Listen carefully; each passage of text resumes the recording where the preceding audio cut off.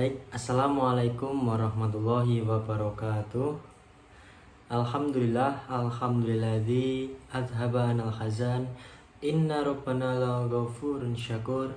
Alladzi aujaba alaina bi fi'lil ma'mur wa tarkil mahdur.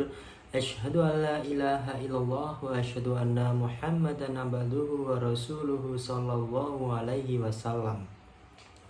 Wa ala alihi wa ashabihi amma ba'du.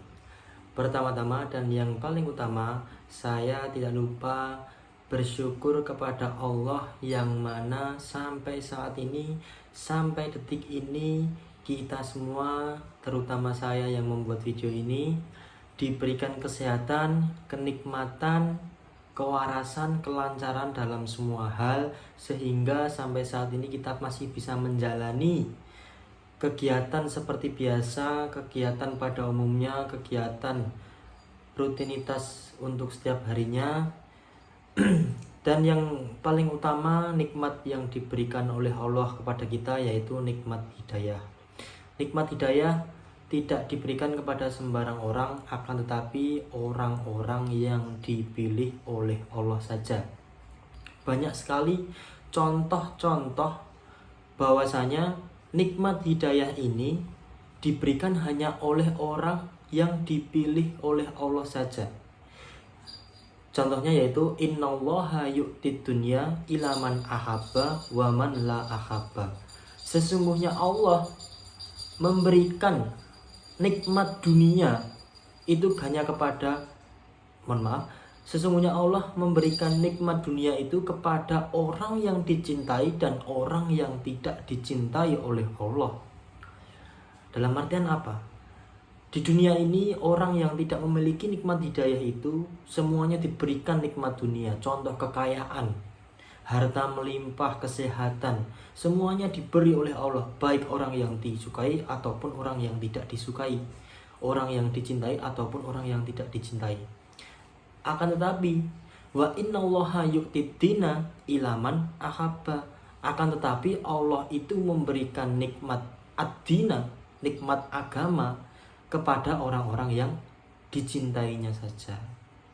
Nah, begitu pula kita sampai saat ini masih diberikan nikmat hidayah, bisa menetapi agama Islam yang sah ini, agama Islam yang suci ini. Wajib kita syukuri dengan ucapan syukur alhamdulillahirabbil alamin. Nah, jadi kita di sini bersyukur kepada Allah itu wajib hukumnya, karena semuanya yang diberikan oleh Allah itu wajib disyukurinya. Untuk yang kedua kalinya, saya tidak lupa bersyukur kepada jasa para perantara agama yang telah memerantarai agama yang hak ini, agama yang suci ini, yaitu agama Islam dari Mekah, Madinah, lalu dilanjutkan oleh para khalifah, para tabi'in tabi'ahum, para alim ulama, para mubalik, para penerus kita, dan hingga saat ini kita juga termasuk menjadi bagian pejuang agama itu dengan cara menjalankan agama Islam dan juga mencari ilmu di UIN Raden Mas Said Surakarta. Nah, di sini UIN Raden Mas Said yang dimana universitas yang berbasis agama Islam, kita orang Islam wajib menjadi prioritas, yaitu ibadah, menjadikan ibadah itu sebagai prioritas, dan juga tidak melupakan Allah, dan juga selalu mensyukuri apa-apa yang diberikan oleh Allah. Dan yang ketiga, saya tidak lupa bersyukur kepada Bapak dosen yang telah memberikan saya kesempatan untuk menyampaikan khitbah, nasihat, ataupun ceramah, ataupun yang lain-lain. Pada kesempatan kali ini, saya membuat video ini dalam rangka untuk menjalankan atau mengerjakan tugas khitbah yang diampu oleh Bapak dosen Joni Rusdiana, dan untuk menyelesaikan mata kuliah yang ada di semester 7 ini. Dan juga kepada Bapak Joni, saya telah diberikan kesempatan untuk nasihat di sini. Saya ucapan syukur alhamdulillahi jazakumullahu khairan katsiran. Dan juga ketika kita menjalankan ibadah, menjalankan semuanya agama-agama yang kita ampuh ini, jangan lupa niat kita dengan cara niat mukhlis lillah karena Allah, wa yarjuna rahmatahu wa yaghfuna azaba. Sesungguhnya ketika orang itu mengerjakan amalan dengan niatan karena Allah, maka dia akan mendapatkan pahala. Baik, di sini saya akan menyampaikan sedikit nasihat, yaitu tentang agama Islam. Pada zaman dahulu, pada zaman Nabi itu, agama Islam dengan agama Islam yang sekarang itu sudah berbeda era.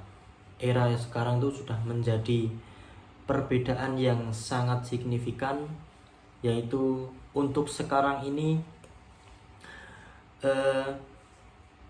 penyampaian khitbah, tabligh itu bisa disampaikan semuanya melalui online. Semua teknologi-teknologi zaman sekarang itu semuanya sudah bisa dijalankan dengan online, baik di Indonesia ataupun di luar negeri.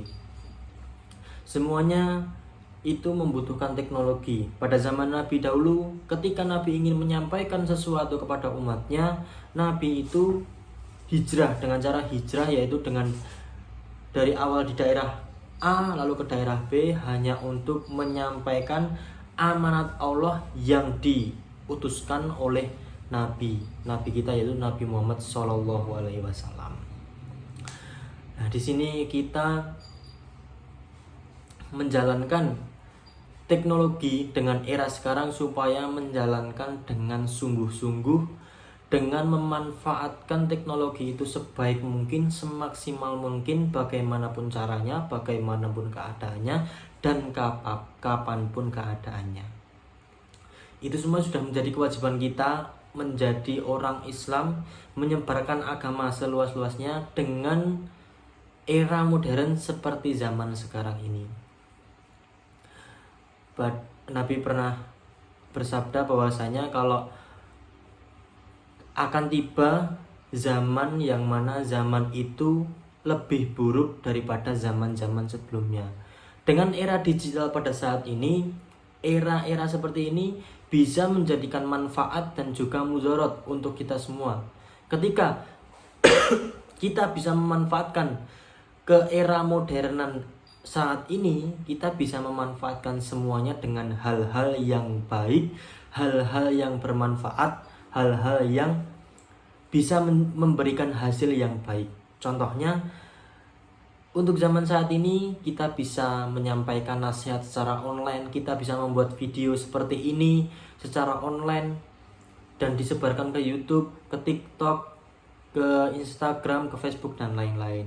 Dan juga untuk masalah duniawi, kita bisa memanfaatkan era modern atau teknologi zaman era sekarang itu dengan hal-hal yang positif, seperti memanfaatkan sosial media, memanfaatkan gadget, memanfaatkan device HP, yaitu dengan cara mencari uang, mencari apapun, mencari relasi, mencari wawasan, ataupun mencari pekerjaan. Itu kita bisa memanfaatkan semuanya. Akan tetapi begitu juga sebaliknya, ketika kita tidak bisa memanfaatkan hal-hal di zaman sekarang ini, era modern ini, seperti device HP, sosial media, ketika kita tidak bisa memanfaatkan itu bisa menjerumuskan kita ke neraka. Contohnya, mohon maaf, kita memanfaatkan HP itu untuk berbuat hal-hal yang tidak baik, seperti kencan ataupun dan yang lain-lain. Ketika kita memanfaatkan itu untuk melihat video-video porno, video-video yang tidak bermanfaat, mungkin itu bisa menjerumuskan kita semua ke dalam neraka. Makanya untuk sekarang ini kita semua disempat-sempatkan, dimanfaatkan semuanya. Ketika kita bermain HP, bermain sosial media itu supaya memanfaatkan itu semaksimal mungkin dengan kebaikan. Insya Allah cukup sekian sedikit nasihat atau ceramah dari saya. Apabila banyak salah kata yang saya ucapkan, baik yang saya sengaja ataupun yang tidak saya sengaja, saya mohon maaf yang sebesar-besarnya. Akhiru qouli hada, wassalamualaikum warahmatullahi wabarakatuh.